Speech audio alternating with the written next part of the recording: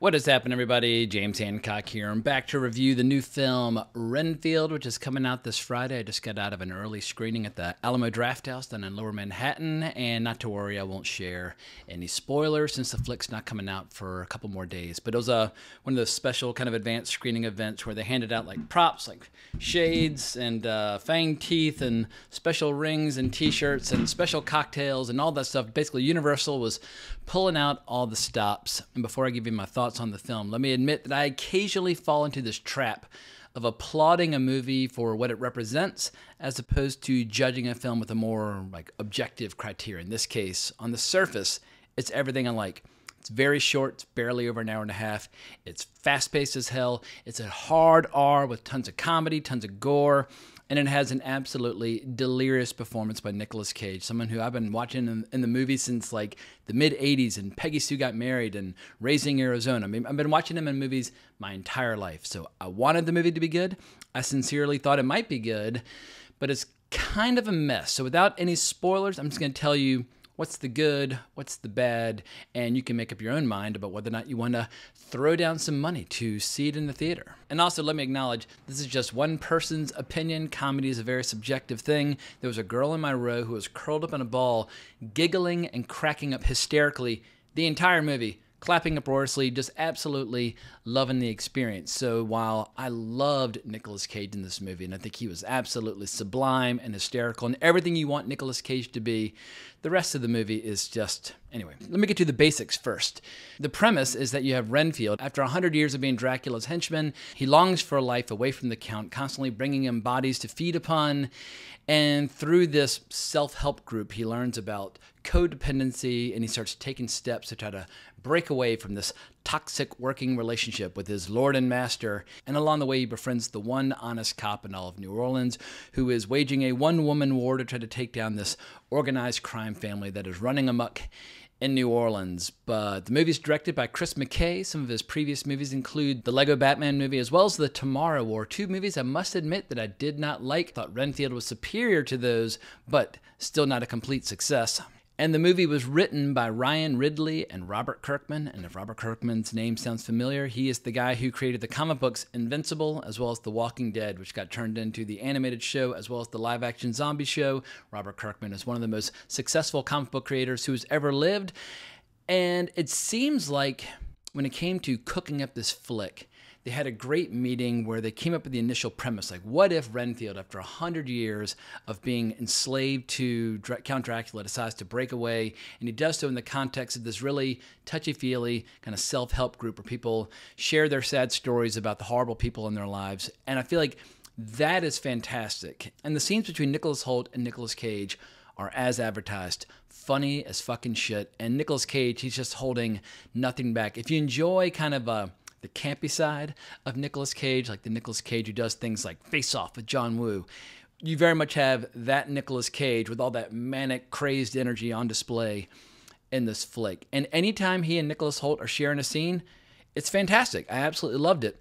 But then the rest of the movie feels like they took that initial concept or that initial idea and passed the baton to another writer and said, now fill in the gaps, give it some padding with some generic formulaic storylines about cops and crooks and that sort of thing. And that way we can just pad out our running time and maybe people won't notice that there's really only about 20 or 30 minutes of good scenes and the rest is just filler. But that is absolutely the case. The storyline, well, all the storylines related to the police and the organized crime in New Orleans are just totally unremarkable in every way, boring as hell. And sadly, Awkwafina gets kind of sucked up in the mix because her character is underwritten and she's frankly kind of miscast in the role. Because we're asked to accept and believe that she's this tough-talking cop in New Orleans, almost like Danny Glover in Lethal Weapon, like she has got like honor and integrity and a great work ethic, and the entire city's corrupt and kind of holding her down. But as an actress or as a comedic performer, like in the roles that I've seen her portray, she's really good with the kind of like snarky, sarcastic, trash-talking roles. But as a dramatic actress, let's just say she's got one expression that she uses the entire movie, whether she's facing somebody down in combat or expressing her disapproval over their actions or whatever the case might be. She has this one expression, this like one note style of acting, or she's doing the Awkwafina routine where it sounds like she's been out out all night drinking with her friends, screaming and laughing, and she has that kind of hoarse voice that everybody loves and or hates, depending upon how you feel about Awkwafina. But I really feel like, yeah, she was just horribly miscast in this part, and because the part's underwritten, she's poorly served by the material and the film overall. And this is going to sound like a total cliche, but in the case of this movie, it's absolutely true. Most of the best stuff was in the trailer, and I watched the Red Band trailer with a smile on my face, laughing several times, and I saw that trailer play in the theater many times, and I enjoyed it every time. I was looking forward to this flick. But there's like one or two more good scenes in the movie that are not in the trailer, but they definitely put their best foot forward, and sadly, there are not a lot of surprises left in their overall bag of tricks. But I think my biggest complaint is what happens to the character played by Nicholas Hoult, Renfield himself, where he starts out at the beginning of the movie kind of this gothy, disheveled, beleaguered assistant to Count Dracula, where for 100 years on a daily basis he's been bringing him grocery carts of bodies to be fed upon and that sort of thing.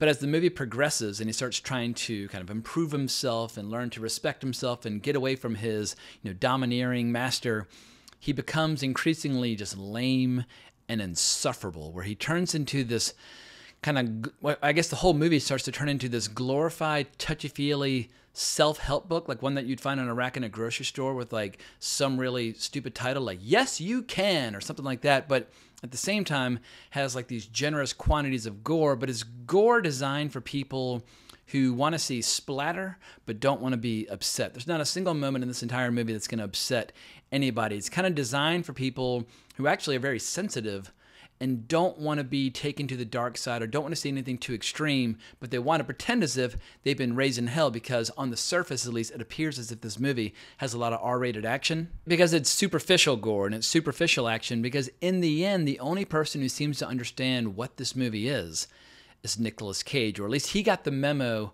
about what was going to make this idea kind of hum, what was going to make the movie tick, what was going to make it work. And goddamn, it's almost like through like sheer talent, he is like forced to kind of lift up and like sustain and carry the entire movie, but then they decided not to include him in but a handful of scenes. I think it was a huge mistake. And in the end, it feels like director Chris McKay and the writers Ryan Ridley and Robert Kirkman never quite got on the same page about what story they were telling. It feels like there's a bit of an identity crisis where it's being pulled in different directions, and when it works great, and when it doesn't, it's just lifeless and boring and forgettable. But as far as whether or not people should make the effort to go to the theater and throw down money to see this, I guess if you are a diehard classic horror fan, definitely. Like if you love watching F.W. Murnau's Nosferatu, which came out over 100 years ago at this point, or if you love the Todd Browning Dracula with Bela Lugosi, if you love 1920s and 1930s horror, there's some good stuff in there that you will enjoy, and you will get a chuckle, and you will have a good time. And it's always fun seeing a fresh interpretation or a fresh take on Dracula and Renfield and their relationship. And I have to admit that there's some astonishingly good practical effects early on, where we see Dracula kind of convalescing after his most recent encounter with a bunch of vampire hunters. That stuff, I was like, oh my God, like this is going to be one of those great comedy horrors. I'm so on board. Then all the cops and robbers and gangster stuff started, and oh my God, like all the fun left the building. But I guess in the end, if you are a Nicolas Cage fanatic, you should go. And obviously, there are all kinds of Nicolas Cage fans out there. I feel like there's some Nicolas Cage fans who like to kind of laugh at his expense, and I've got no patience with those people where I feel like they're kind of making fun of him.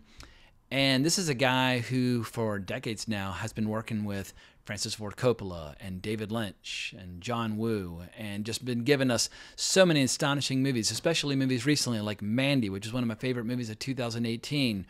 Or he was absolutely incredible in Kick-Ass. I feel like that's somebody who really understood the tone of Kick-Ass, what it was going for. Or working with Werner Herzog on Bad Lieutenant, Port of Call, New Orleans. I mean, that movie had some really just gnarly, kinky stuff at play in that flick. And I'm just taking a quick glance at his filmography over on IMDb. I mean, listen to all these classics. Fast Times at Ridgemont High, Rumblefish with Francis Ford Coppola, The Cotton Club, Francis Ford Coppola again, Birdie, Alan Parker, Peggy Sue Got Married, Francis Ford Coppola again, Raising fucking Arizona with the goddamn Coen brothers. I mean, that's just in the 80s alone. And then he starts working with David Lynch on things like Wild at Heart.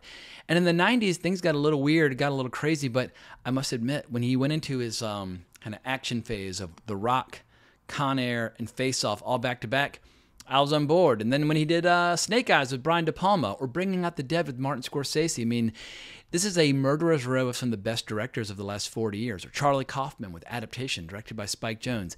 It's just incredible. And are there a lot of terrible movies in here that you can make fun of? Absolutely.